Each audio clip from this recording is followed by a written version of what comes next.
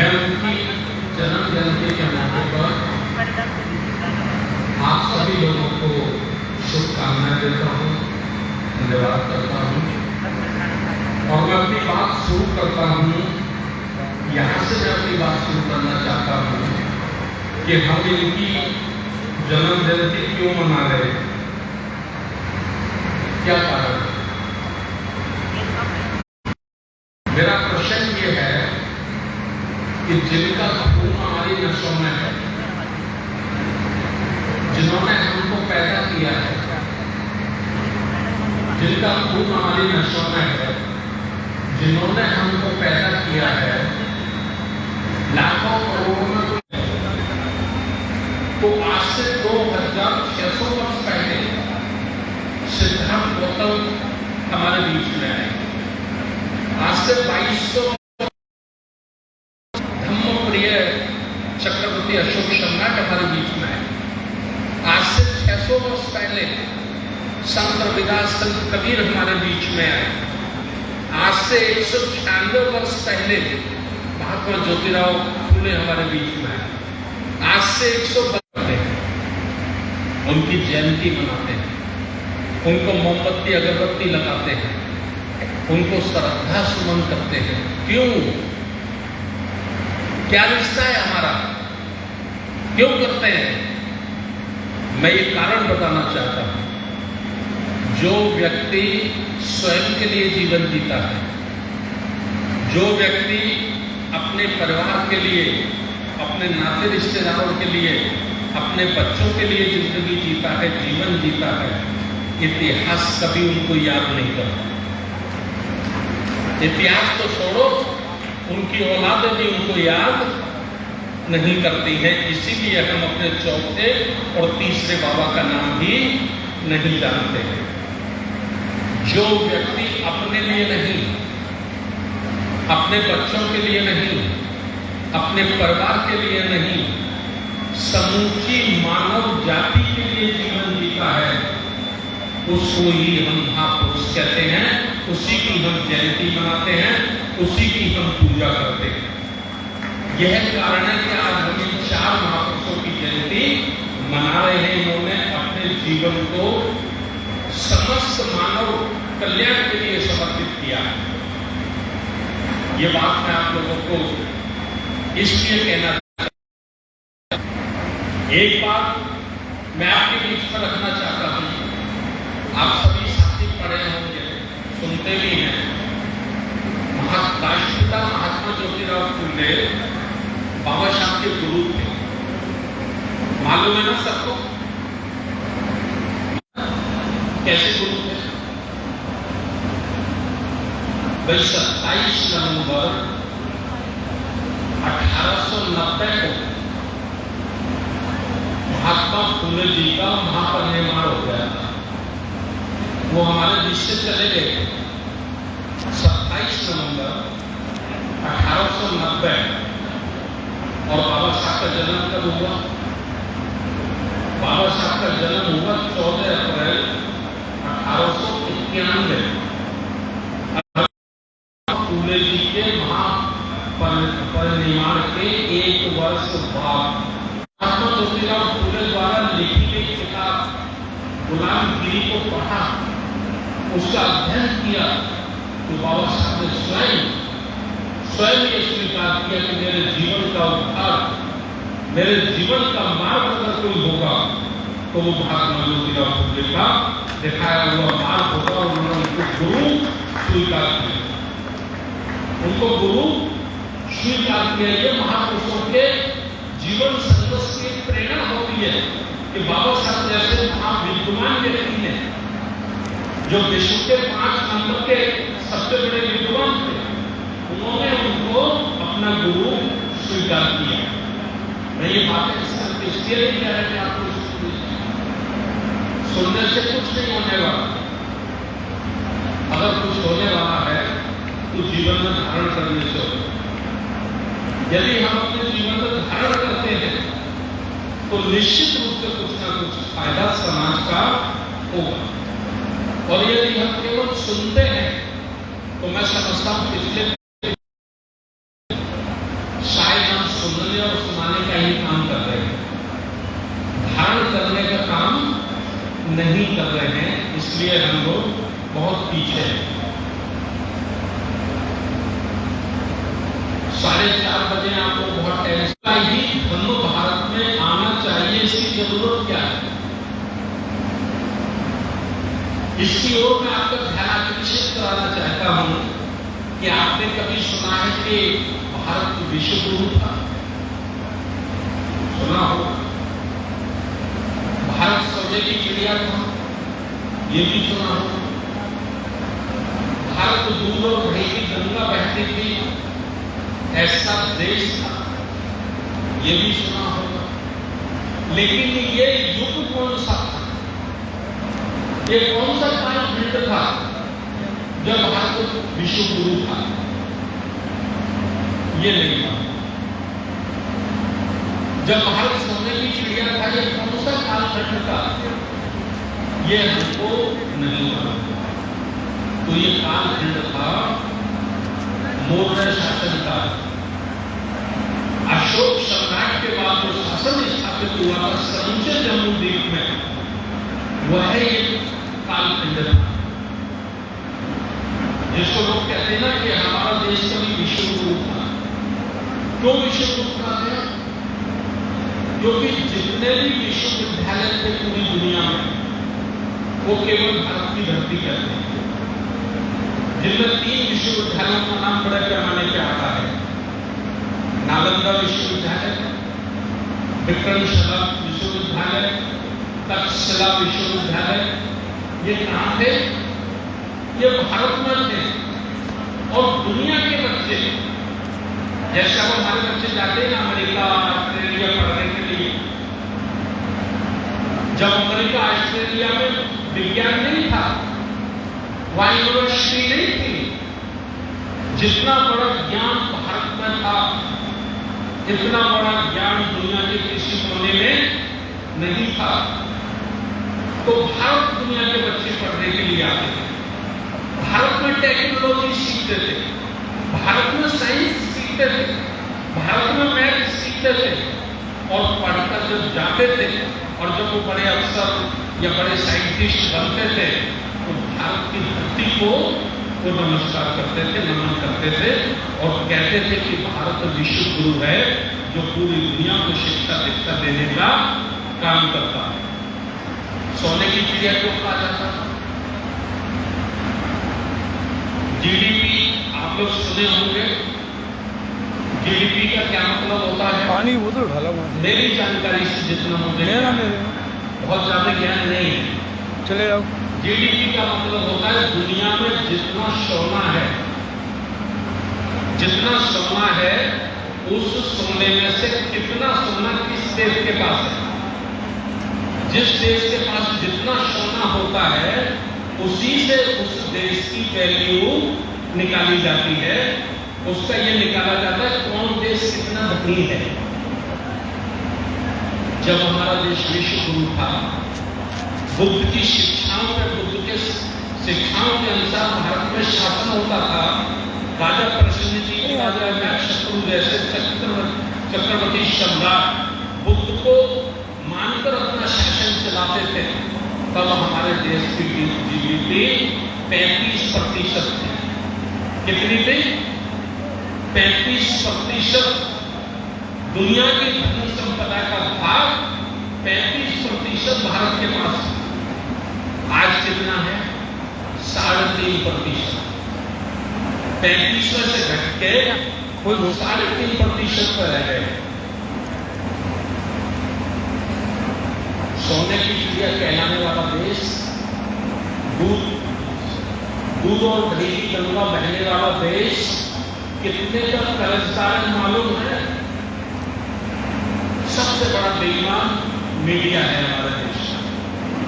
ये मीडिया सच्चाई नहीं बताता। अगर ये सच्चाई बताए तो सबके दिमाग की बत्तियां जल जाए। ये नहीं बताता, गोलमाल करता है, घुमा फिराता है।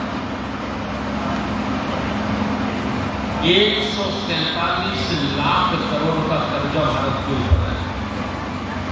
कितना कर्जा? 147 लाख करोड़ रुपए का कर्जा है। और जो कहते हैं ना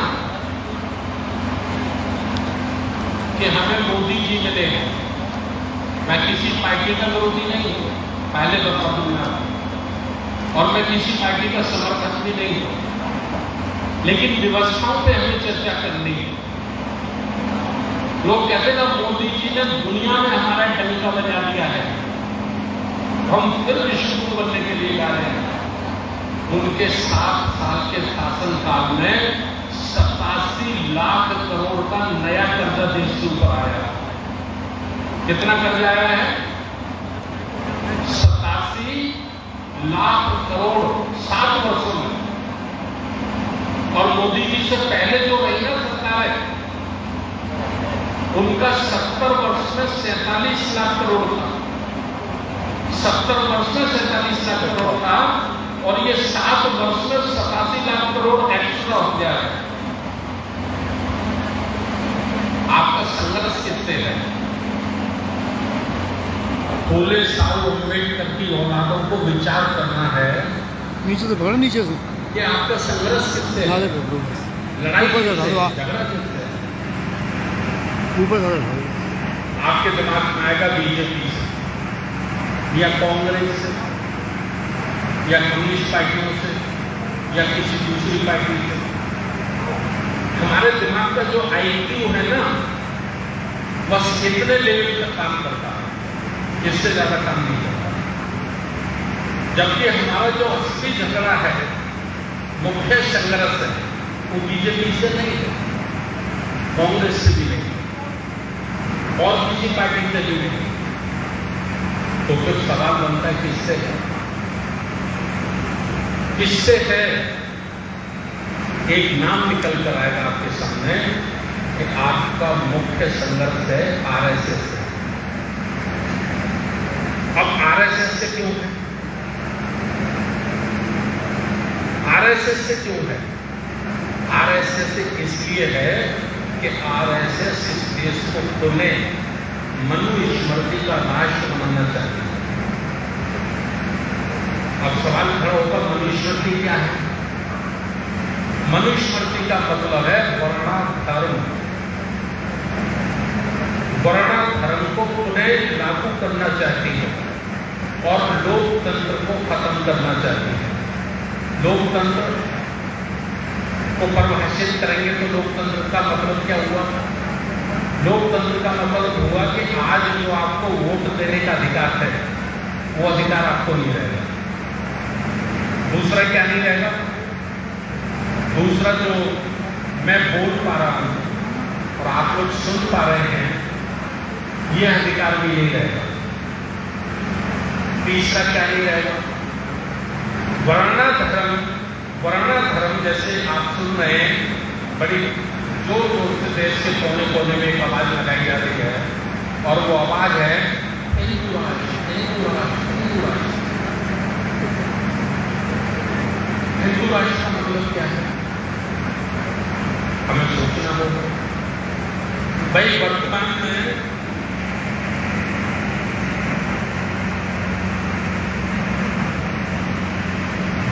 में क्या राष्ट्र है? वर्तमान में देश का राष्ट्रपति कौन है? मेरे ख्याल से जो हिंदू राष्ट्र की बात कर रहे हैं, उनकी भाषा के अनुसार हिंदू है। हमारी भाषा में हो सकता है आदिवासी है,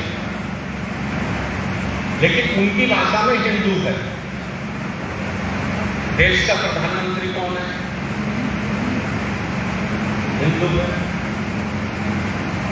28 राज्यों के मुख्यमंत्री कौन है? हिंदू है। सुप्रीम कोर्ट के जज कौन है?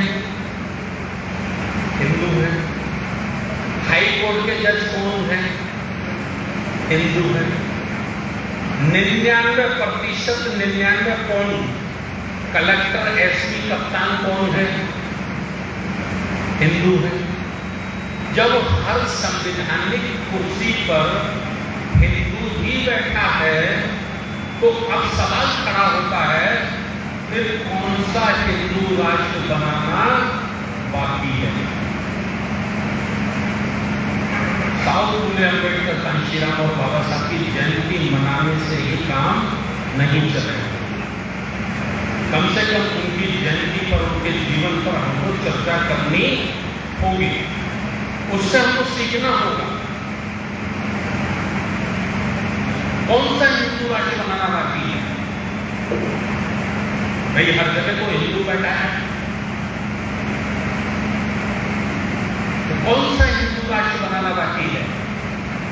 इस बात पर साउथ फूले अम्बेडकर की औलाद नहीं सोचेगी तो कौन सोचेगा? गांधी की औलाद सोचेगी, मनु की औलाद सोचेगी, अम्बेडकर की औलाद को कोई सोचना पड़ेगा कौन सा हिंदू राष्ट्र बनाना बाकी है। और बाबा साहब डॉक्टर अम्बेडकर क्या कहते हैं? बाबा साहब डॉक्टर अम्बेडकर कहते हैं, अपना सब कुछ मिटाकर, अपना सब कुछ बर्बाद करके, तबाह करके भी कभी भी इस देश को हिंदू राष्ट्र मत बनने देना। ये बाबा साहब। तो आज हम बड़ी चुनौतियों के बीच में जीवन जी रहे हैं। चुनौती क्या है? चुनौती हमारे बीच में है कि जो साउथ फूले अम्बेडकर, उनकी मेहनत के कारण जो हमको हासिल हुआ है, क्या हम उसे बचा पाएंगे? ये चुनौती हमारे सामने है। कौन सी चुनौती है? हम कुछ नया हासिल करेंगे, कुछ और नया प्राप्त करेंगे, ये चुनौती हमारे सामने अभी नहीं है। तो अभी कौन सी चुनौती हमारे सामने है?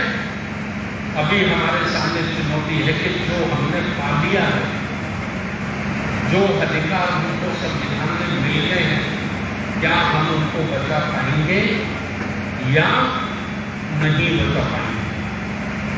मैं बाबा साहब के भाषण से, यात्रा का जो भाषण था बाबा साहब का 18 मार्च 1956 का, उस भाषण से मैं आपका ध्यान आकर्षित करना चाहता हूं। बाबा साहब क्या कहते हैं? बेशुमार मुसीबतों का मुकाबला करके, बड़ी मुश्किलों से मैं इस कारवां को इस मंजिल तक लाया। ये बाबा साहब डॉक्टर अम्बेडकर के शब्द मेरे शब्द नहीं है। बेशुमार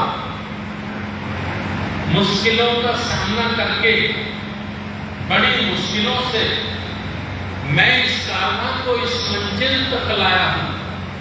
मैं चाहता हूं ये कारवां और आगे तक जाना चाहिए, लेकिन उनको एक शंका होती है। शायद उनको लगता है कि उनके जो फॉलोवर हैं उनमें वो क्वालिटी नहीं है कि वो उस कारवां को आगे ले जा सके। इसलिए बड़े दुखी होकर कहते हैं, क्या कहते हैं? एक मेरे अनुयायी यदि इसे आगे न ले जा सके तो कम से कम पीछे भी मत जाने देना। हम बाबा साहब की जयंती मना रहे हैं, तो आज सोचना है, हमें अध्ययन करना है अपने महापुरुष के एक एक शब्द का अध्ययन क्या करना है। बाबा साहब जो कारवां लाए थे वो क्या था? कोई रैली थी, या तो कोई रैली होती, बहुत बड़ी रैली उन्होंने निकाली हो, उसको लेके आ गए। तो कारवां क्या था जिसको लेके आए? और वो आगे तक जाए तो वो आगे तक कहां तक जाए, न जाने पाए। तो इन शब्दों का जब हम लोग अध्ययन चिंतन करते हैं तो हम सोचते हैं कि बाबा साहब डॉक्टर अम्बेडकर जो बड़ी मुश्किलों से कारवां लाए थे, उसको हम 3 रूप में अपने बीच में देखें। देखो, हम कौन सा दिवस मनाते हैं? गणतंत्र दिवस। गण का मतलब क्या होता है? गिनती। गण का मतलब गिनती होती है ना? गिनती का दिवस। अब ये गिनती किसकी? क्या हमने 75 वर्षों में चिंतन किया है कि किसकी गिनती हुई थी उस दिन गिनती हुई थी शूद्रों की। ओबीसी के लोग, एससी के लोग, एसटी के लोग 26 जनवरी 19 से पहले इनकी कभी गिनती नहीं होती थी। इस देश में कुत्तों की गिनती होती थी, बिल्ली की गिनती होती थी, पशु पंछियों की गिनती होती थी, लेकिन इंसानों की गिनती नहीं होती थी। 26 जनवरी 1950 को जो भारतीय गिनती, हमें ये अधिकार, दूसरा बाबा साहब ने क्या लाए? दूसरा बाबा साहब लाए जन प्रतिनिधित्व। जितनी हमारी संख्या है उसके अनुसार विधानसभाओं में, लोकसभाओं में हमारे प्रतिनिधि जाएं। सरकारी नौकरियों में हमारी भागीदारी, सरकारी नौकरियों में चपरासी से लेकर आईएएस तक जितनी भी पोस्टें हैं, उन सारी पोस्टों पे भी हमारे लोग, हमारे बेटे, हमारे नौजवानों को भी बराबर का मौका मिलना चाहिए, जो इससे पहले नहीं था। ये 3 रूप में मैं ऐसा समझता हूं कि बाबा साहब उसको लेके आए। और आगे जाना चाहिए। अब इस पॉइंट पर हमको सोचना पड़ेगा और कहां तक जाना चाहिए। इसका मतलब कुछ छूट गया। पूरा जितना बाबा साहब चाहते थे उतना वो हासिल नहीं कर पाए, तो कुछ छूट गया, इसीलिए तो बोले और आगे जाना चाहिए। तो छूटा क्या, उस पर हमको नजर डालनी पड़ेगी। तो हमसे छूटा जुडिशियली, सुप्रीम कोर्ट हमसे छूट गया, वहां हमारी हिस्सेदारी तय नहीं हो। हाई कोर्ट हमसे छूट गया, हाई कोर्ट में हमारी हिस्सेदारी तय नहीं है। इस देश का मिलिट्री पैराग्राफ हमसे छूट गया। फौज में, इस देश की फौज में, सेना में हमारी हिस्सेदारी निश्चित नहीं हुई, यह हमसे छूटा। एजुकेशन सेक्टर, विश्वविद्यालय, डिग्री कॉलेज, ये हमसे छूट गए। ये हमारे समाज की आबादी, उसमें हमारी भागीदारी निश्चित नहीं हुई। इसका उद्योग सेंटर, बड़े बड़े कारखाने जो टाटा बिरला डालमिया के, ये हमसे छूट गए। इस देश की धरती, धन, धरती, जमीन, ये हमसे छूट गई। ये जो छूट गए से बेशुमार मुसीबतें का मुकाबला करके मैं इस आंदोलन को, इस अधिकारों को लाया हूं। शायद मेरे मरने के बाद मेरे समाज के लोगों से ये लूट ना लिया जाए, ये छीन ना लिया जाए। इसलिए उन्होंने कहा बड़े दुखी होकर कि कम से कम आगे न ले जा सको तो पीछे भी मत जाने देना। मैं समझता हूं आज अध्ययन करना चाहिए। साहू फूले अम्बेडकर की औलादों को चिंतन करना चाहिए, अध्ययन करना चाहिए कि कारवां आगे गया या वहीं की वहीं है, या कहीं पीछे तो नहीं जा रहा। ये चिंतन करने का समय है।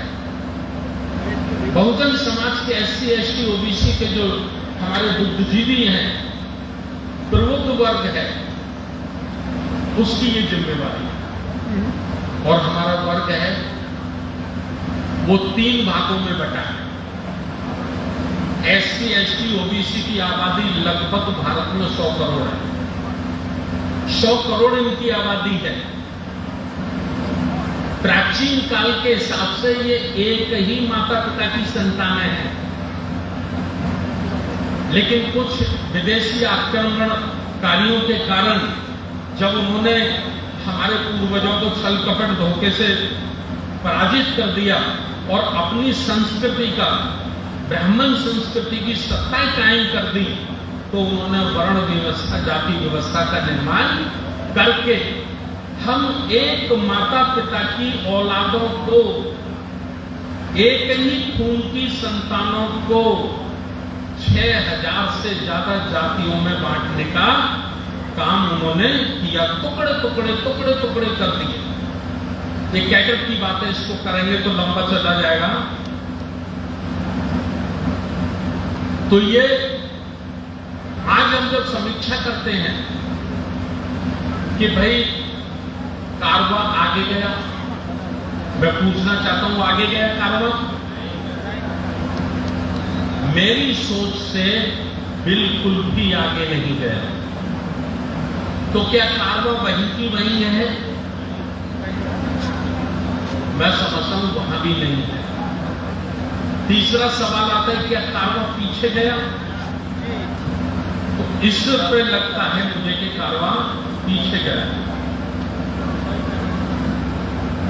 कैसे पीछे गया, ये मैं आपके बीच में रखना चाहता हूं। जनप्रतिनिधित्व जो बाबा साहब लाए, वोट के आधार से हम अपने जनप्रतिनिधि लोकसभा और विधानसभा में भेजेंगे और वो समाज के लिए काम करेंगे। ये बाबा साहब की तमन्ना थी। मैं एक उदाहरण से आपको समझाना चाहता हूं। बाबा साहब जब लोकसभा का चुनाव लड़े, 1952 का पहला चुनाव बाबा साहब लड़े, तो वो अपने सेक्रेटरी कजरोलकर से चुनाव हार गए। उनका ही सेक्रेटरी था और कांग्रेस कमेटी पार्टी ने उसको तोड़कर बाबा साहब के मुकाबले चुनाव लड़ा दिया। बाबा साहब चुनाव हार गए और कजरोलकर चुनाव जीत के आ गए। और वो चुनाव जीतने के बाद बाबा साहब डॉक्टर अम्बेडकर जी के पास आया और आकर उसने बाबा साहब के पैर छुए और पैर छूकर आशीर्वाद मांगा कि बाबा साहब मैं आपसे आशीर्वाद चाहता हूं। बाबा साहब ने कहा मेरा आशीर्वाद कोई बात नहीं, बस एक बात बता कजरोलकर, अब तू सांसद बन गया है, पार्लियामेंट में बैठेगा, इस देश के सबसे बड़े सत्ता के मंदिर में तेरे को बैठने का मौका मिलेगा, तो वहां बैठकर करेगा क्या? क्या करेगा? तो कजरोलकर ने कहा कि बाबा साहब जो मेरी पार्टी कहेगी वो करो।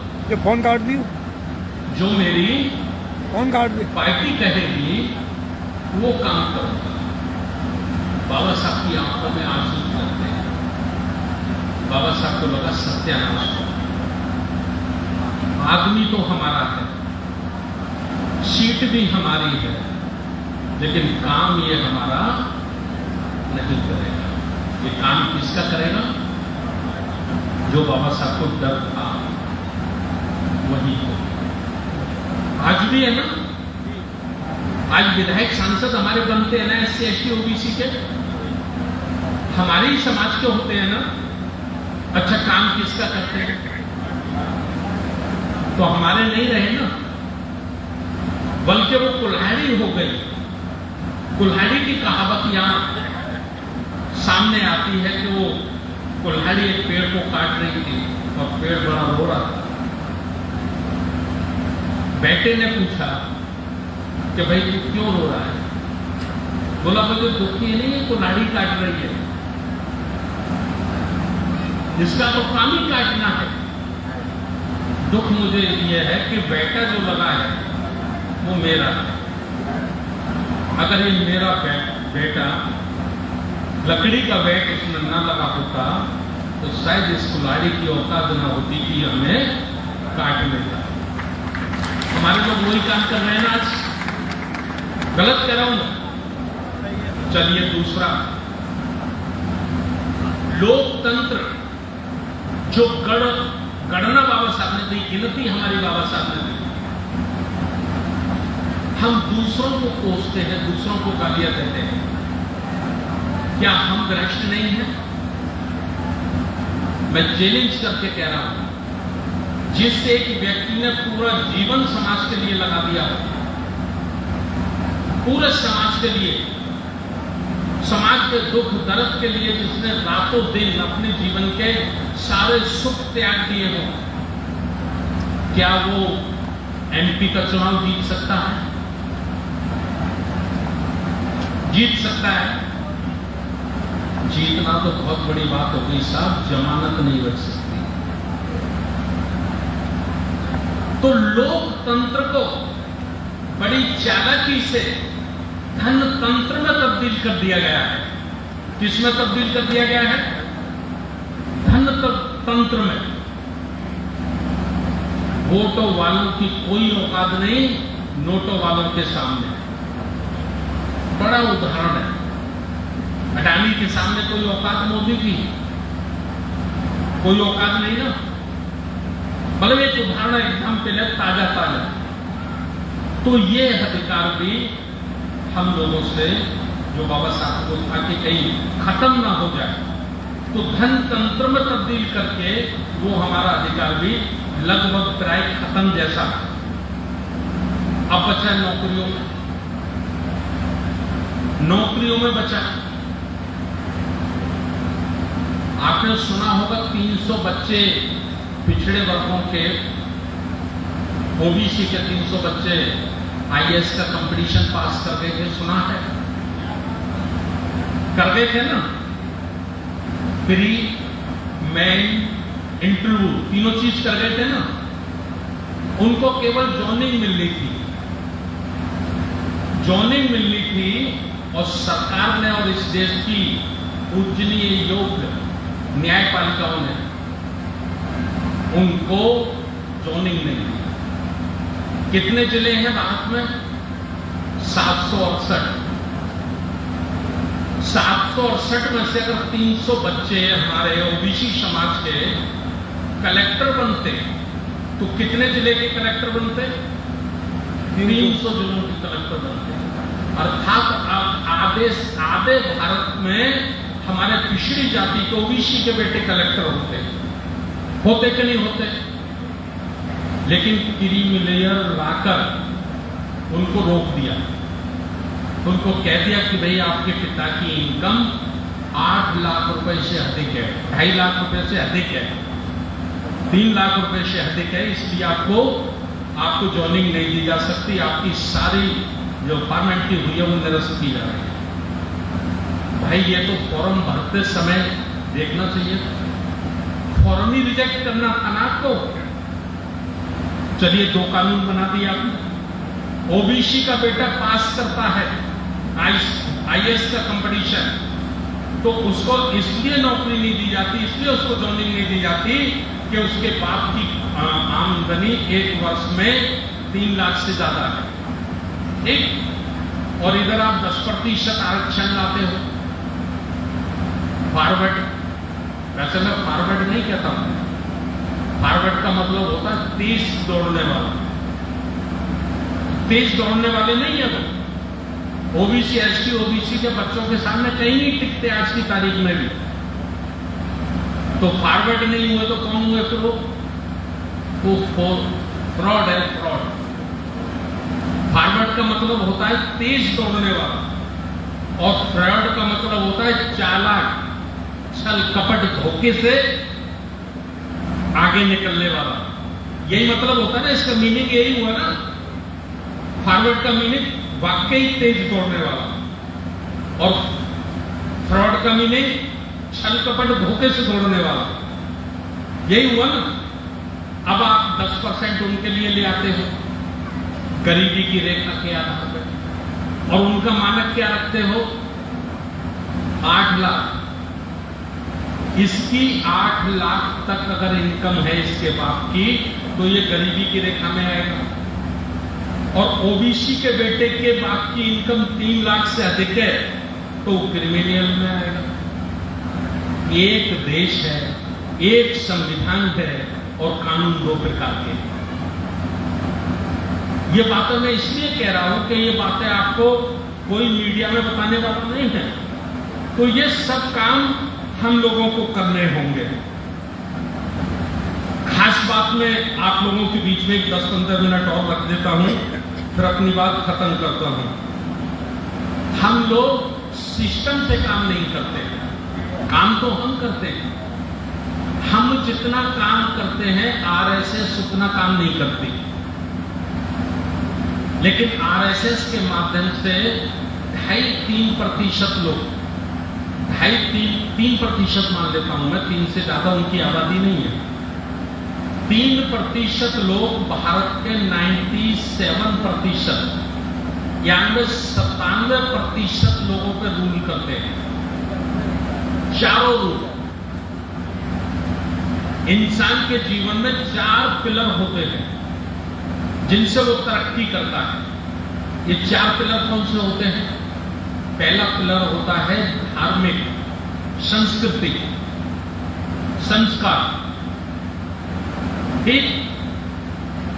दूसरा पिलर होता है राजनीतिक सत्ता, राजनीतिक ताकत। तीसरा पिलर होता है सामाजिक शक्ति और चौथा पिलर होता है आर्थिक ताकत, धन की ताकत। यही 4 पिलर होते, यही 4 ताकतें होती हैं जो इंसान की चहुमुखी विकास, विकसित होने का आधार होती हैं। चलिए हम एक नजर डालते हैं हम कहां पर हैं। इस देश के 100 करोड़ लोग कहां खड़े हैं, इस पर नजर डालते हैं। क्या संस्कृति में हमारी कोई पकड़ है? 0। कुछ मुट्ठी भर लोग नमो तस् भगवतो हरतो करते हैं, और जो नमो तस् भगवतो हरतो करते हैं ना, वो भी अपने बच्चे का नाम रखवाने के लिए, या बच्चे की विवाह शादी की तारीख तय करने के लिए, या जो खुद मकान बनाया है, कोठी बनाई है, उसमें प्रवेश करने के लिए वो अपने दिमाग का इस्तेमाल नहीं करते। वो रिमोट किसके पास है? वो 3% की संख्या रखने वाला चालाक व्यक्ति। बच्चा हमने पैदा किया है,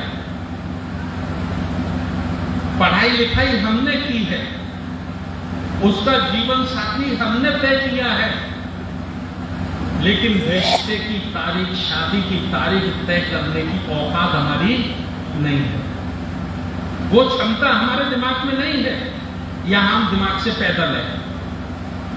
वहां हम उसी अनपढ़ 8वीं क्लास 4वीं क्लास पढ़े लिखा व्यक्ति जो अनपढ़ है हमारे सामने, वो बताएगा हमारे पढ़े लिखे इंजीनियर को कि कौन सी तारीख बढ़िया रहेगी। भाई मौसम विभाग में है क्या? नहीं, एक बात समझ में आती, मौसम विभाग में है, साइंटिस्ट है, वैज्ञानिक है, तो समझ में आती है कि वो बता सकता है कि भाई फला दिन तूफान आ सकता है, बरसात हो सकती है, आंधी आ सकती है, और फला दिन तूफान, बरसात, आंधी नहीं आएगी, ऐसी कोई उपकरण हमको संकेत नहीं दे रहे हैं। अब तो बात समझ में आती है। क्यों? उसी पत्रिका को खोलकर कहता है ये डेट ठीक है, लेकिन इसमें पूजा लगी है। हमारा आदमी कहता है पंडित जी पूजा कैसे कटेगी? तो वो कहते कोई नहीं, 21,000 को एक पूजा लगेगी, 4 नारियल लगेंगे, कुछ जायफल लगेंगे, कट जाएगी पूजा। किसी को एक्सीडेंट होता है, उसको हॉस्पिटल ले जाते हैं, और डॉक्टर उसको ऑपरेशन करके उसका जीवन बचा लेता है। देखिए पढ़े लिखे कितने दिमाग से कमजोर है, ये मैं बता रहा हूं। उसी डॉक्टर को घर के लोग, जिसका एक्सीडेंट हुआ है, उस डॉक्टर को घर के लोग कहते हैं डॉक्टर साहब आपका उपकार, आपका एहसान हम कभी नहीं भूलेंगे, आपने हमारे बच्चे को बचा दिया, उसको दूसरा जीवन दे दिया। यहां तक तो ठीक है बात। वो डॉक्टर क्या कहता है? वो डॉक्टर कहता है कि भाई ईश्वर का धन्यवाद करो जिसने बचाया है। ये कौन कह रहा है? पढ़ा लिखा आदमी, जिसने खुद बचाया है, वो किसको कह रहा है? ये सारी बातें हैं। तो मेरा कहने का मतलब वहां हम फेल हैं। राजनीति में आ जाइए, राज सत्ता जो दूसरी ताकत है। मध्य प्रदेश में हम लोग खड़े हैं। मध्य प्रदेश में मुख्यमंत्री कौन है? किस समाज से है? ओबीसी से। ओबीसी से है ना। मैं स्टाम्प पेपर पे लिख के दे सकता हूं, सारा ओबीसी समाज छोड़ो, पूरे ओबीसी समाज की मैं बात नहीं करता, वो अपने नाते रिश्तेदार में से एक चपरासी बना दे। एक चपरासी की नौकरी शिवराज चौहान नहीं दे सकता। कलेक्टर की नौकरी, एसपी की नौकरी देना तो बड़ी बात है, चपरासी की भी नौकरी देने की उसकी औकात नहीं है। गलत कह रहा हूं या किसी को मिली है? पहली बार तो नहीं मुख्यमंत्री बने वो, इससे पहले भी कई बार मुख्यमंत्री बने हैं। तो ये मोहरे हैं, ये क्या है? ये कुल्हाड़ी के बैंक हैं। कौन है ये? कुल्हाड़ी के बैंक हैं, इनको बैंक के रूप में इस्तेमाल किया जाता है। अब मोदी जी तो उनको भी ओबीसी कहा जाता है। मैं 5 बरस गुजरात में रहा, जिस गांव के मोदी जी उस गांव में मैं 10 बार गया। वो उस गांव का पहले किसी जमाने में नाम था बुद्धनगर, उस बुद्धनगर को तोड़ के उन्होंने उसका नाम कर दिया वड़नगर। आज भी आप चले जाइए, उस गांव के चारों तरफ 4 तरफ से रास्ते हैं, और जब आप अंदर गांव में प्रवेश करेंगे तो आपको बड़े बड़े गेट मिलेंगे। अशोक सम्राट के उस जमाने की लिपि में लगे हुए पिलर है। मैं खुद गया हूं, मैं ये सुनी हुई बात नहीं कह रहा, ना सुनी हुई कह रहा हूं, ना पढ़ी हुई कह रहा हूं, देखी हुई कह रहा हूं। और ठीक उनके गांव में एक बहुत बड़ा तालाब है, जिसमें 2000 तक भिक्षु एक साथ स्नान कर सकते हैं। और वहां जो खुदाई हुई है ना, उस खुदाई में 2000 भिक्षुओं के आवास निकले हैं। ये मैं मोदी जी की गांव की बात बता रहा हूं। दुनिया की बात करते हैं, अपने गांव की बात नहीं करते। जनगणना, भाई वो कहते ओबीसी के हैं, आज तक नहीं मालूम, मैं नहीं कह सकता वो ओबीसी के हैं, कोई नहीं जानता। बताओ ओबीसी के, तो ओबीसी में 3000 जातियां हैं। 3000 जातियों में से किस जाति के हैं? चलो शिवराज को तो हम बोल सकते हैं कि भाई वो किरार है। किरारों की कोई संख्या नहीं है मध्य प्रदेश में। थोड़े से आपको मुरैना में मिलेंगे, थोड़े से उसमें मिलेंगे शिवपुरी में, बस खत्म। आधे % भी, मैं समझता हूं 1% भी किरारों की ओबीसी में जनसंख्या नहीं है। ये बड़े चालाक हैं, इनके जो मालिक लोग हैं ना, वो इतने चालाक हैं कि ओबीसी का कोटा भी पूरा कर दो, और ओबीसी की जिसकी जनसंख्या है उसको मत बनाना, क्योंकि कल उसका स्वाभिमान जाग गया, उसका मरा हुआ स्वाभिमान जाग गया, तो कहीं मेरे खिलाफ झंडा बुलंद ना कर दे। और झंडा बुलंद कर देगा तो उसकी समाज उसके साथ खड़ी हो जाएगी। तो समाज वाले को बनाओ ही मत। किसको बनाओ? जो जीरो हो, जिसकी अपनी कोई ताकत ही ना हो। यह बड़ी चालाकी के काम है। तो यह सब हुआ। अब आ जाइए आप सामाजिक स्थिति। सामाजिक स्थिति में हम 100 करोड़ लोग जो एक माँ बाप के हैं, क्या 1% भी साथ हैं? 99 को एक तरफ कर। हम चाहे साहब जितने भाषण दे लें, चाहे आप जितने भाषण सुन लें, हॉल के बाहर निकलते ही चौधरी चौधरी हो जाएगा, पुष्पा पुष्पा हो जाएगा, पटेल पटेल हो जाएगा, लोधी लोधी हो जाएगा, यादव यादव हो जाएगा। हो जाएगा कि नहीं? हो जाएगा ना? तो हम भावी जीरो हैं। आर्थिक पे आ जाइए, मैं पूरी समाज की बात नहीं कर रहा। 20 बनिए, अडानी, अंबानी, रतन टाटा, इस किस्म के 20 बनियों की लिस्ट निकाल लो। 20 बनियों का धन आप एक पलड़े में रख दो, और 100 करोड़ लोगों का धन एक पलड़े में रख दो। किसका पलड़ा भारी होगा? 20 लोगों का। आजादी के 75 वर्ष बाद भी समाज की ये दशा है कि नहीं? अब सवाल उठता है जहां से मैंने शुरू किया। मैंने शुरू किया बुद्ध के शासन की क्यों जरूरत है, बुद्ध के धर्म की क्यों जरूरत है। तो मैं आपको बताना चाहता हूं कि बुद्ध का जो धर्म है वो आध्यात्मिक नहीं है, पूजा पाठ का नहीं है, मोमबत्ती अगरबत्ती फूल माला चढ़ाने का उनका धर्म नहीं है। ये तो उनके 500 वर्ष बाद कुछ चंड चालाक लोग भेष बदल के भिक्षु संघ में प्रवेश पा गए और भिक्षु संघ में प्रवेश पाकर उन्होंने उनकी सही विचारधारा को, सही सामाजिक परिवर्तन के आंदोलन को कन्वर्ट कर दिया अर्थात पूजा पाठ में कर दिया। देखिए, किसी भी बड़ी से बड़ी विचारधारा को अगर समाप्त करना है, खत्म करना है, तो सिर्फ एक काम कर दो, छोटा सा काम कर दो, उसको अनुकरणीय से पूजनीय बना दो। अनुकरणीय ना रहे, पूजनीय हो जाए। और जिस दिन आप उसको पूजनीय बना दोगे, जिस दिन उस पर माला फूल अगरबत्ती लगाना शुरू कर दोगे, उसी दिन वो विचारधारा, वो आंदोलन समाप्त हो जाएगा। ये काम हुआ। अब सवाल उठता है, बुद्ध का धम्म क्या है? तो बाबा साहब डॉक्टर अंबेडकर जी ने ग्रंथ लिखा है, उसका नाम है बुद्ध एंड इस धम्मा, बुद्ध और उनका धम्म। उसको आप पढ़िए। जब आप उसको पढ़ेंगे, बाबा साहब पे तो भरोसा हो सकता है ना कि वहां भी कोई डाउट है? वहां तो डाउट नहीं है ना।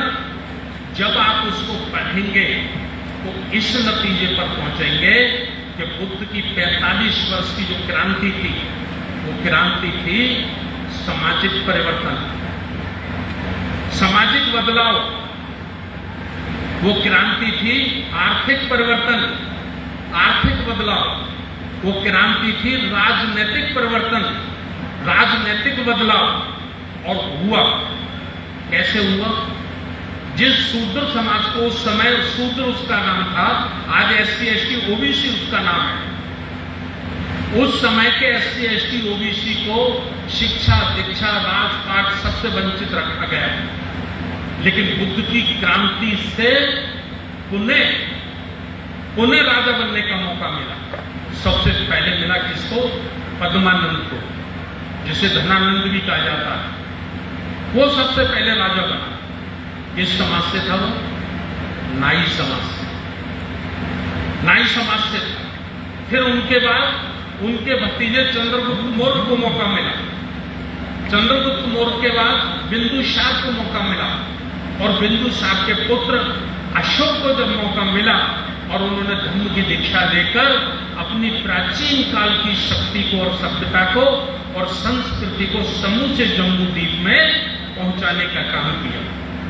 उससे कई लोग सवाल करते हैं कि साहब, आप बहुत ऊंचाइयों पे थे राजनीति में, आदरणीय बहन जी के दाएं हाथ हुआ करते थे, आप राजनीति छोड़कर इस काम में लग गए, धर्म के प्रचार में लग गए। अरे जब हम राजनीति में आ जाएंगे, राजनीति में पावर हमारे पास होगी, तो धर्म तो आ ही जाएगा। और वो उदाहरण देते हैं अपनी बात को मजबूत करने के लिए। वो उदाहरण देते हैं कि देखिए, अशोक सम्राट ने जब धर्म स्वीकार किया तो पूरे दुनिया में फैला ना धर्म। मैं उनको एक प्रश्न पूछता हूं, भाई आपका कहना ठीक है, मैं आई एम एग्री, मानता हूं, लेकिन मैं ये पूछता हूं कि धर्म पहले आया या अशोक सम्राट पहले आया? अशोक सम्राट से धर्म प्रभावित हुआ या धर्म से अशोक सम्राट प्रभावित हुए? यह पूछना होगा। उत्तर होगा कि धर्म से। जब कलंक युद्ध के बाद अशोक सम्राट विचलित थे, बेचैन थे, उनको बहुत बड़ा पछतावा था, तब एक भिक्षु की प्रेरणा से, भिक्षु संघ के उपदेश से उनका हृदय परिवर्तन हुआ। उससे पहले उन्हें कोई धम्मप्रिय अशोक नहीं कहता था। उससे पहले उन्हें क्या कहते थे? चंडाल अशोक। क्या कहते थे? चंडाल अशोक। चंडाल अशोक को धम्मप्रिय अशोक अगर बनाने का काम किया तो किसने किया? हमने किया ना, बुद्ध की शिक्षाओं ने किया ना, तो बुद्ध की शिक्षा अगर हमारे पास होंगी तो हम एक अच्छे शासक, एक अच्छे राजा बना सकते हैं, निर्माण कर सकते हैं। तो मैं ये बात इसलिए आपसे कहना चाह रहा हूं कि राष्ट्रीय बौद्ध महासभा के माध्यम से हम वही काम जो छूट गया, मैं काशीराम साहब का चेला हूं और काशीराम साहब हमेशा कहते थे एमएलए एमपी बनना इतना जरूरी नहीं है। आपने भी सुना होगा पुराने लोगों ने, बाबूजी तीरथ पुष्पा बैठे मेरे सामने, कांशीराम साहब क्या कहते थे, एमएलए एमपी बनना इतना जरूरी नहीं है, उससे ज्यादा जरूरी है साउथ फुले अम्बेडकर की मूवमेंट को चलाना। कांशीराम साहब कहते थे कि जब ये महापुरुषों का सामाजिक परिवर्तन का आंदोलन चलेगा और जितनी मजबूती इसकी आती जाएगी, जितना बहुजन समाज मजबूत होता जाएगा, एमएलए एमपी तो जिसका कान पकड़ेंगे उसको बना देंगे। ऐसा ही कहते थे ना, लाखों की भीड़ में कहते थे, कोई अकेले में नहीं कहते थे। मध्य प्रदेश किसी कारण से पीछे रह गया, नहीं ये काम पहले मध्य प्रदेश से शुरू हो रहा है। मैं 1980 से जुड़ा हूं इसलिए मैं जानता हूं सारी बात। पहले सरकार यूपी में नहीं बननी थी, पहले सरकार मध्य प्रदेश में ही बननी थी, लेकिन कोई कुछ कारण ऐसे रहे कि मध्य प्रदेश हम पीछे रह गए और उत्तर प्रदेश में मान्यवर साहब ने ये साबित करके दिखा दिया। जैसे ही उनको मौका मिला, उन्होंने दलित समाज की एक बेटी, एक बहन मायावती को एक बार नहीं बल्कि 4 बार मुख्यमंत्री बनाने का काम किया। किस राज्य में, जो भारत का सबसे बड़ा राज्य है ना? अच्छा, ये मनुवादी कहां पैदा हुए? ब्राह्मणवादी मनुवादी अंधविश्वासियों ने कहां जन्म लिया है? मध्य प्रदेश में कि उत्तर प्रदेश में? मध्य प्रदेश में तो महापुरुषों ने जन्म लिया है। अगर मनुवादियों ने जन्म लिया तो कहां लिया है? उत्तर प्रदेश में। ऐसे प्रदेश में अंबेडकर की, साउथ फुले की औलादों ने ब्राह्मणवाद की गर्दन को पकड़ के मरोड़ा और एक दलित की बेटी को सीएम बनाया, मुख्यमंत्री बनाया। तो ये ताकत कहां से पैदा हुई?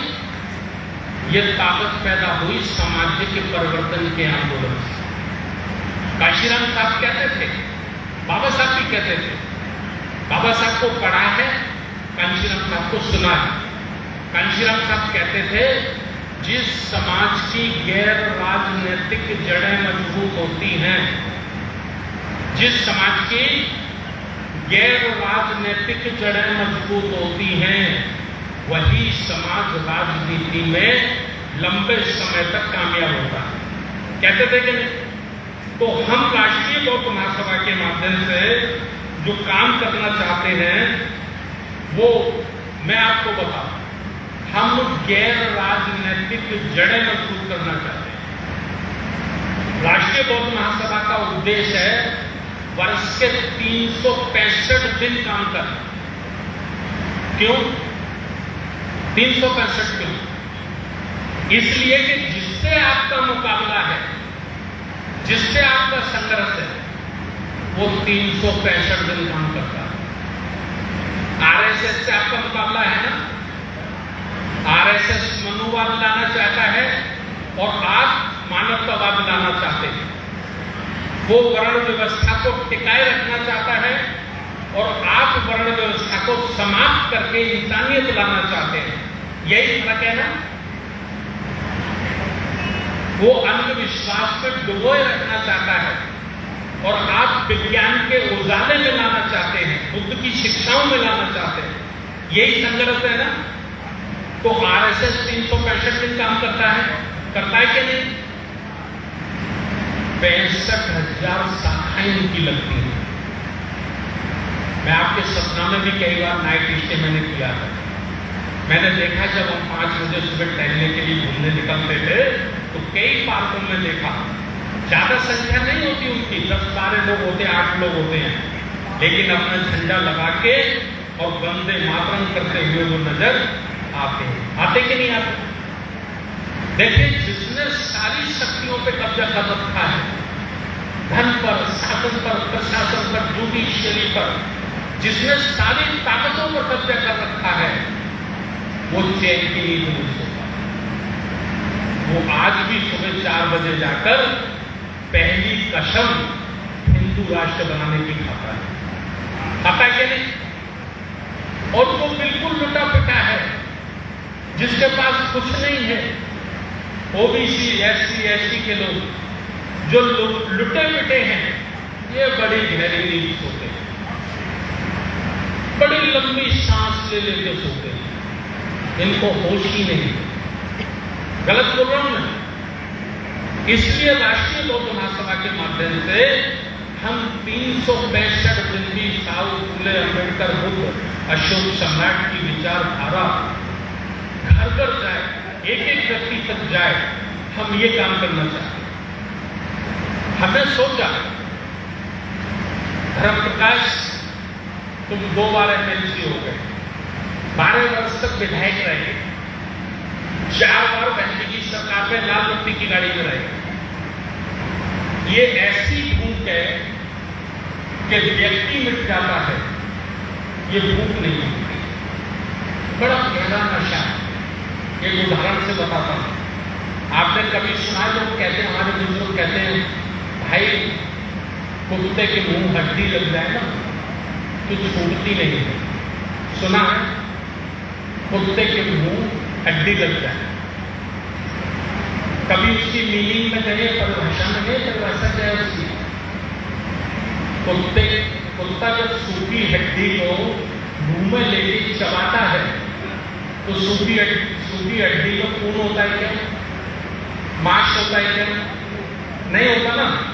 वो हड्डी को चबाता है और वो हड्डी जब उसके जावड़े में चुभती है तो उसमें से खून निकलता है, और जो उसमें से खून निकलता है वो उसी को चूसता है और समझता वो ये है कि ये खून हड्डी में से निकल रहा है। इसलिए कुछ लोग कहते हैं कि भाई जिस कुत्ते के मुंह हड्डी लग जाए वो छूटने वाली नहीं। मैं समझता हूं हमारे जो राजनीतिक लोग हैं उनकी दिशा भी उस कुत्ते की तरह है। समाज चाहे जितना मिट जाए, समाज के चाहे सारे के सारे अधिकार खत्म कर लिए जाए, 300 बच्चे आईएएस कंपटीशन पास कर गए और 156 सांसद ओबीसी के पार्लियामेंट में बैठे हैं। कितने सांसद बैठे हैं? 126 सांसद ओबीसी के हैं, 131 एससी और एसटी के हैं। सरकार बनाने के लिए कितने चाहिए? 273 और 131 और 156 कितने हुए? जरा जोड़ना, जोड़ो बड़े। 287 और 20-25 मुस्लिम अल्पसंख्यक भी। आज एक जुर्म के खिलाफ अगर उनका जमीर जाग जाए और जुर्म के विरुद्ध बगावत करते हैं तो 300 सांसद 543 की पार्लियामेंट में 300 बहुजन समाज के बैठे हैं। 1 मिनट में राष्ट्रपति भी बदल देंगे और प्रधानमंत्री भी बदल देंगे। लेकिन वो जमीन जागना चाहिए ना, तो जागेगा कैसे? उसके लिए राष्ट्रीय बौद्ध महासभा ने प्लानिंग की है। वो प्लानिंग की है राजनीति पर समाज का प्रभावी नियंत्रण। राजनीति पर राजनीति नहीं करनी हमको, एमएलए एमपी नहीं बनना, कोई चुनाव नहीं लड़ना। आरएसएस के लोग कहते हैं ना, मोहन भागवत से लेके छोटे से छोटे कार्यकर्ता को आप राजनीति की बात करिए, वो हाथ जोड़ के कहेगा हमारा राजनीति से कोई मतलब नहीं। हम राजनीति से कोई मतलब नहीं रखते साहब, हम तो हिंदुस्तान के लिए काम करते हैं, हिंदुओं के लिए काम करते हैं, हिंदू हमारा संगठित रहे इसके लिए काम करते हैं, हमारा राजनीति से कोई मतलब नहीं। अब आप इसका अध्ययन करिए, क्या वो सच बोलता है? गांव के सरपंच से लेकर देश का प्रधानमंत्री, मुख्यमंत्री, राष्ट्रपति कौन बनेगा ये तय कौन करता है? आरएसएस के लोग करते हैं। जब मनुवादी लोग, ब्राह्मणवादी व्यवस्था के लोग इतनी ताकत पैदा कर सकते हैं कि वो अपनी मर्जी से तय करते हैं कि देश का राष्ट्रपति कौन होगा, देश का प्रधानमंत्री कौन होगा, तो साहु फूले अम्बेडकर की औलादें इतनी ताकत क्यों पैदा नहीं कर सकती? हमारी संख्या तो 100 करोड़ से ऊपर है, हम भी ये ताकत पैदा कर सकते हैं। और जब ये आवाज बुलंद होगी तो निश्चित रूप से एक दिन नहीं ये काम होगा, लेकिन एक दिन ये काम जरूर होगा। हो सकता है कि मेरे आपके जीवन में ना हो, हमारे नाती बेटों के जीवन में होगा, लेकिन हम आज से बीज बोएंगे, खाद पानी लगाएंगे, तभी बाग बनेगा। अगर हम बीज नहीं डालेंगे, खाद नहीं डालेंगे, पानी नहीं डालेंगे, तो बाग कैसे बनेगा?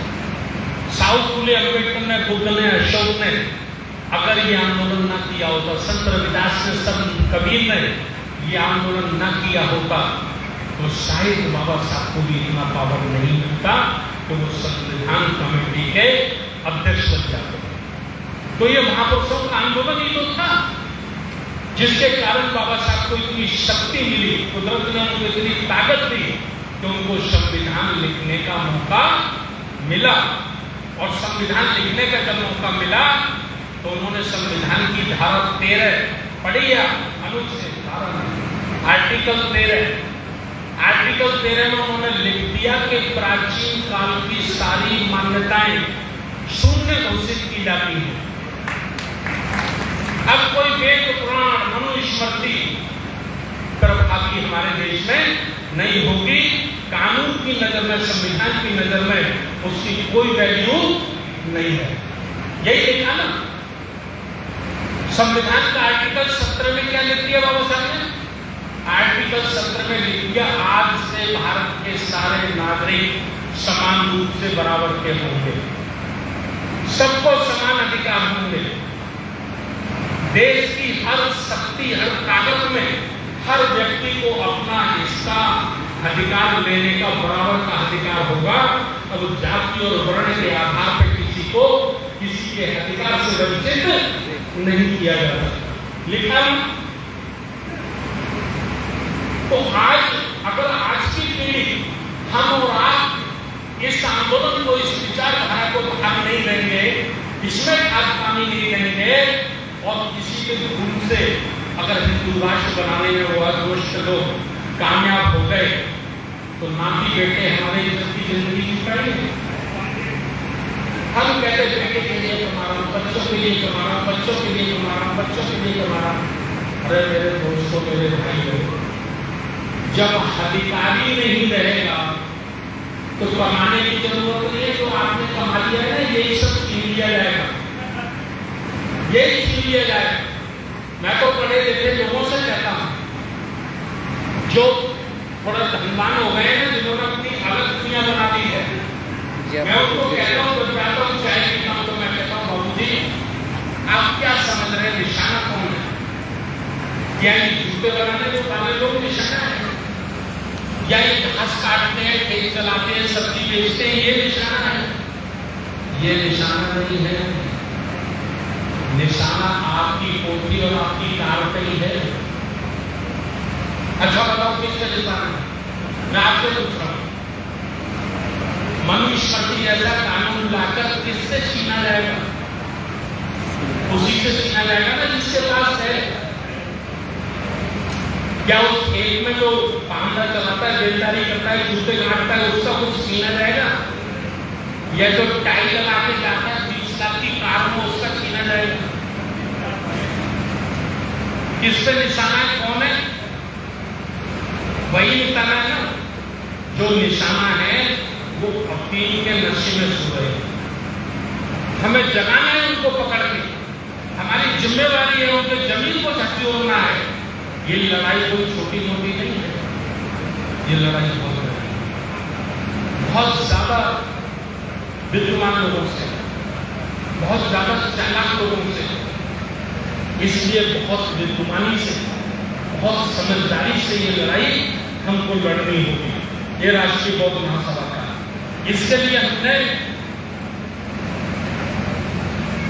उसने 3% के लोगों ने हमारी घेराबंदी कर ली है। कैसे घेराबंदी कर ली है?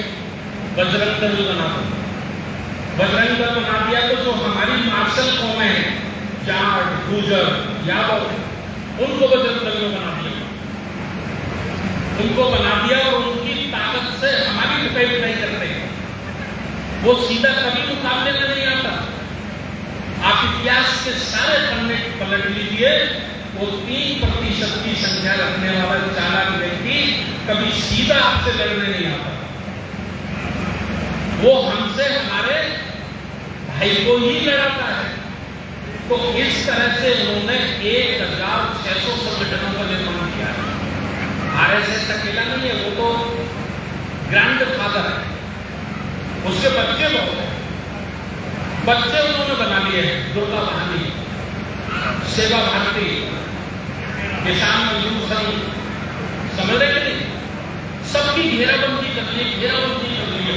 यानी हमारा जो 100 करोड़ समाज है, उसने वो अपने षड्यंत्र के जाल में फंसा लिया है। आज बड़ी चुनौती है साउथ फुले अम्बेडकर के बेटों के सामने। सबसे बड़ी चुनौती है कि हम अपने समाज को उस घेरे से कैसे निकालें, उस घेरे को कैसे तोड़ा जाए, और घेरे को तोड़ने के बाद उस घेरे से कैसे निकाला जाए। इसके लिए हमें काम करना होगा। काम के लिए हमने जो प्लानिंग बनाई है, प्लानिंग हमने बनाई थी जैसे ओबीसी जिसकी संख्या लगभग 100-52% है, और उसकी बड़ी ताकत का इस्तेमाल ये 3% के लोग करते हैं। उसकी अज्ञानता के कारण तो अभी उनसे बुद्ध की बात करो, बहुत जल्दी मानने को तैयार है। बाबा साहब की बात भी करो तो बहुत जल्दी मानने के लिए तैयार नहीं है। बड़ा कड़वा सच बता, हजारों में जाके 10-5 लोग हैं। मैं समाज की बात कर रहा हूं, तो भाई वहां से कैसे निकाला जाए? तो उसके लिए हमने सामाजिक न्याय परिषद नाम का संगठन बनाया है। सामाजिक न्याय परिषद, और उसके माध्यम से हम उनको जो कैडर रखते हैं या उनकी संगोष्ठी रखते हैं, तो हम उनसे कहते हैं देखो, जहां आपकी आस्था है वहां जिसको वोट देना तो हमारा कोई झगड़ा नहीं। जिसको मानना है मानो, जिसको जो देवता पसंद है, जो देवी पसंद है, उसको मानो, हमारा कोई झगड़ा नहीं। हमारा झगड़ा सिर्फ इतना है कि संविधान जो आपको अधिकार देता है उसमें अपना हक तो मानो। राम मंदिर बने कोई झगड़ा नहीं, हिंदू राष्ट्र बने कोई झगड़ा नहीं, लेकिन 100 में से 52 कलेक्टर आपके बेटे बनने चाहिए, ये तय करो। 100 में से 52 एसपी पुलिस कप्तान आपके बेटे बनने चाहिए, जज आपके बनने चाहिए, और उनके डाटा हम उपलब्ध कराए। संख्या 52%, सुप्रीम कोर्ट में भागीदारी 0,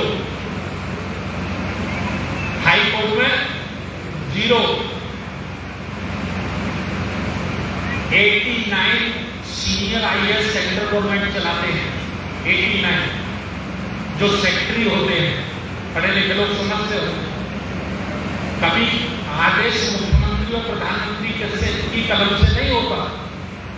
आदेश किसकी कलम से होता है? आईएएस की कलम से होता है। 89 आईएएस सेंट्रल गवर्नमेंट में आज है, ओबीसी 0, एससी एसटी के तो तब भी कहीं 2, कहीं 3, कहीं 4 निकल आएंगे, खाता खुल जाएगा। लेकिन जो बड़ी संख्या के लोग हैं, जिनकी आबादी 100 में मामूल है, वो अधिकार में क्या है? जीरो। तो हम सामाजिक न्याय परिषद के माध्यम से ये चेतना का आंदोलन चलाना चाहते हैं। भाई अपना अधिकार तो मान लो, इसमें कोई बुराई है, कोई बुराई नहीं ना। और जिस दिन अधिकार मांगने के लिए आप सड़कों पर निकलेंगे तब आपको होश आ जाएगा कि आपका दोस्त कौन है और आपका दुश्मन कौन है। उस दिन आपको पता पड़ेगा कि आपके झंडे के साथ दलित खड़ा है या वो खड़ा है जिसके पीछे आप खड़े हैं। दलित आपके साथ खड़ा होगा कंधे से कंधा लगाकर, यह मंडल आयोग लागू करो वरना कुर्सी खाली करो। ये आंदोलन जो कांशीराम साहब ने चलाया था पूरे देश में, ये इस बात का सबूत है। जो बाबू जी ऐसे नहीं, अगर 10 ओबीसी के लोग होते थे तो 10,000 लोग शेड्यूल कास्ट के चमार हुआ करते थे, होते थे कि नहीं? दूध का दूध और पानी का पानी बहुत जल्दी हो जाएगा, अपने दुश्मन और दोस्त की पहचान हो जाएगी। ये हम काम करना चाहते हैं। एक हमने ये हमारे बच्चे आप देख रहे हैं ड्रेस वाले, 15 अक्टूबर 2022 को लुम्बिनी में हमने धर्म सेवक संघ एक संगठन बनाया है। और इस संगठन को क्यों बनाया है? ये बिल्कुल आरएसएस की तरह काम कर रहे हैं। 15 साल की उम्र के बच्चे हम इसमें लाएंगे और सवेरे शाखाएं लगाना शुरू करेंगे। उसका शाखा का नाम होगा धर्म शाखा। बुजुर्ग भी जाएं, बच्चे भी जाएं, वॉकिंग करो, योगा करो, एक्सरसाइज करो। और हमारा एक सीनियर साथी पंचशील का ध्वज लगाएगा और 10 मिनट हम वहां पंचशील और पंचशील करेंगे, बुद्ध को नमन करेंगे। समझ रहे हैं? रोज काम करेंगे, 365 दिन काम करेंगे और अपनी युवा शक्ति को तैयार करेंगे इस भारत को अशोक सम्राट के सपनों का अखंड भारत बनाने के लिए। और इनकी 5 वर्ष की ट्रेनिंग होगी। 5 वर्ष की ट्रेनिंग पूरी करने के बाद फिर ये इस तरह से नहीं होगा बच्चा, ये राष्ट्रीय बौद्ध महासभा में होगा, ये सामाजिक न्याय परिषद में होगा। समझ रहे? और इन्हीं में से जो नैतिक होगा, चरित्रवान होगा, नैतिक और चरित्रवान जो होगा उसको एमएलए एमपी बनाएगा, वो बनेगा एमएलए एमपी। अगर 10वीं जीत कर पहुंचे पूरी देश से तो पार्लियामेंट जब तक नहीं चलेगी जब तक बुद्ध और साउथ इंडिया की बात वहां ना हो। ऐसे शेर पैदा करेंगे। काम बड़ा है, टाइम लगेगा। काम बड़ा है, टाइम लगेगा। जिनसे हमारा मुकाबला है उनको भी 95 वर्ष हो गई, उन्होंने भी कोई जादू की छड़ी से ये काम नहीं किया है। फर्क इतना है कि उन्होंने कंटिन्यू किया है, हमने वर्ष में 4 दिन किया है। हम अम्बेडकर जयंती मनाते हैं, बुद्ध जयंती मनाते हैं, फूले जयंती मनाते हैं और बड़ा सा कंबल ओढ़ के सो जाते हैं। फिर एक वर्ष बाद 365 दिन बाद फिर हमारी आंख खुलती है, फिर हम कहते हैं चलो जयंती मनाएंगे, जयंती मनाएंगे। ऐसे काम चल रहा है। जयंती भी मनाएंगे लेकिन रोज काम करना। मैं तो कहता हूं जो सबसे निकम्मा आदमी है उसको मैं कहता हूं एक एहसान कर दे नहीं मालूम, वो पूछता साथ क्या करना, मैं कहता हूं छोटा सा एहसान कर, क्या करना है साहब? खाना खा के शाम को सोता है ना, बोला हाँ सोता हूं, सोने से पहले 5 मिनट साउथ फूले अम्बेडकर के जीवन को पढ़ ले, 5 मिनट स्मरण कर ले, बुद्ध का कर ले, फूले का कर ले, साउथ का कर ले, अम्बेडकर का कर ले, संत रविदास का कर ले, संत कबीर का कर ले, बिरसा मुंडा का कर ले। 5 मिनट सोने से पहले महापुरुषों का स्मरण कर ले। मैं गारंटी से कहता हूं 6 महीने के बाद तेरे अंदर का जो सच्चा इंसान है वो जिंदा हो जाएगा, जाग जाएगा और कुछ झंडा लेकर सबसे आगे की लाइन में नजर आएगा। लेकिन हम शुरू ही नहीं करना चाहते। बुद्ध ने कहा अपने उपदेशों में कि कामयाबी का पहला सूत्र है एक पग तो रखो, एक कदम तो रखो। जिस दिन आप पहला कदम रख दोगे आप ये मान लीजिए कि उसी दिन से आपने प्रगति को हासिल करने का, शक्ति को हासिल करने का काम शुरू कर दिया। बस वो कदम रुकना नहीं चाहिए जब तक मंजिल अपने हाथ में ना हो। समझ रहे कि नहीं? तो ये हम काम करने के लिए जा रहे हैं। एक हम बहुत जल्दी बना रहे हैं संबद्ध शिक्षा परिषद। उसमें हमें पढ़े लिखे रिटायर्ड मास्टरों की जरूरत है। आप लोग उनकी एक सूची बनाइए। पढ़े लिखे रिटायर्ड जो हमारे टीचर हैं उनकी हमें जरूरत है। ये शिक्षा परिषद का क्या काम होगा? संबद्ध शिक्षा परिषद का। देखिए, हमें वहां से अपने लोगों को निकालना है और अपने घेरे में लेना है। अपने घेरे में लेना है तो कुछ ना कुछ हमें उसका प्रबंध करना होगा। हम उनको बोले भाई बाजरे की गेहूं की रोटी मत खाना, बुरी बात है, तो कम से कम बाजरे की तो दो। जब हम उसे कुछ खाने नहीं देंगे तो फिर वो वही लौट के चला जाएगा। कुछ ना कुछ तो देना पड़ेगा ना, अल्टरनेट। तो हमने अध्ययन किया पूरे देश में 8 लाख से ज्यादा स्कूल हमारे हैं। कितने स्कूल हैं? 8 लाख से ज्यादा SC, ST, OBC के छोटे छोटे स्कूल हैं। हमारे नहीं, इंटर कॉलेज भी हमारे नहीं, लेकिन 5वीं तक, 8वीं तक और हाई स्कूल तक हमारे स्कूल है ना? हर गांव में मिलेगा, हर मोहल्ले में मिलेगा। तो संबद्ध शिक्षा परिषद से हमने उनको संगठित करना है। संगठित करके एक छोटी छोटी बुकें हमें बनानी है। संविधान की एक छोटी बुक, जैसे मैंने अभी जो आर्टिकल आपके बीच में बोले, ऐसे 10 आर्टिकल कम से कम हम उसमें जोड़े। बुद्ध के उपदेशों के छोटी सी बुक, साहू के छोटी सी बुक, फूले की छोटी सी बुक, बाबा साहब की छोटी सी बुक, 10 पेज की, 10 पेज, 5 पेज, 20 पेज, इससे ज्यादा नहीं। और उन स्कूलों में जो मालिक हैं उनसे हमें ये कहना है कि भाई हफ्ते में 1 दिन हाफ डे करो।